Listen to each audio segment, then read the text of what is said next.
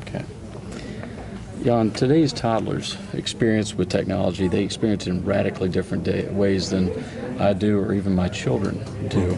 What impact's that going to have on society, on education, on consumer brands and technology companies over the next decade, and even into emerging countries? Yeah, it will of course have an enormous impact. I mean, from the recent study of Swedes' use of the internet, we now know that 50% of 2-year-olds in Sweden are online, which is an amazing figure, I would think.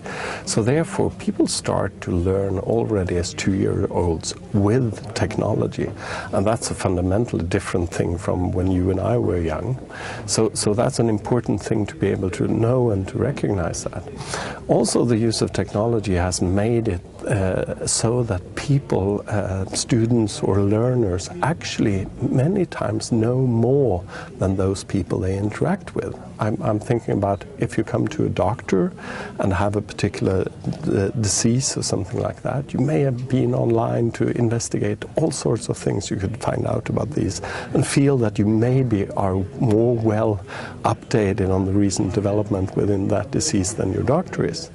In the same way, as a teacher, I today realize that my students may have a lot more computer experiences than I have, particularly in relation to gaming, which is something that I haven't used very much, or our generation hasn't used that much, but they grew up with.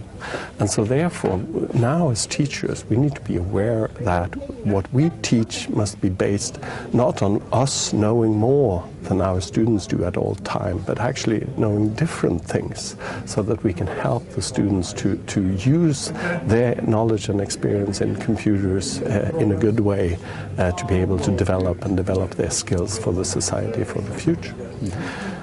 When it comes to new and emerging markets and different countries in the world, we know that countries, for example, like India, where you have a much bigger development of mobile technology before you use computers, is actually quite kind of a different thing in relation to the Western world.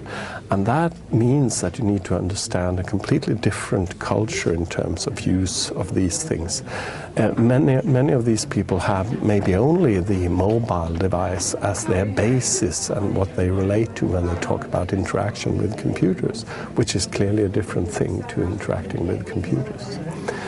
I think that this is also important for example, in relation to the elderly. I gave my mother-in-law an iPad.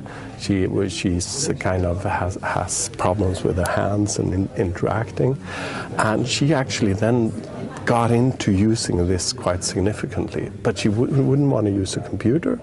And I tried to ask her why, and she said, well, this isn't a computer. And that I find is a very fascinating perspective on how you relate to the new technology. You may have a bias against computers, but tablets are a different thing. They're a communication device that you can use for totally different means, which has an impact on how you relate to them. Thanks for your time today. Thank you very much.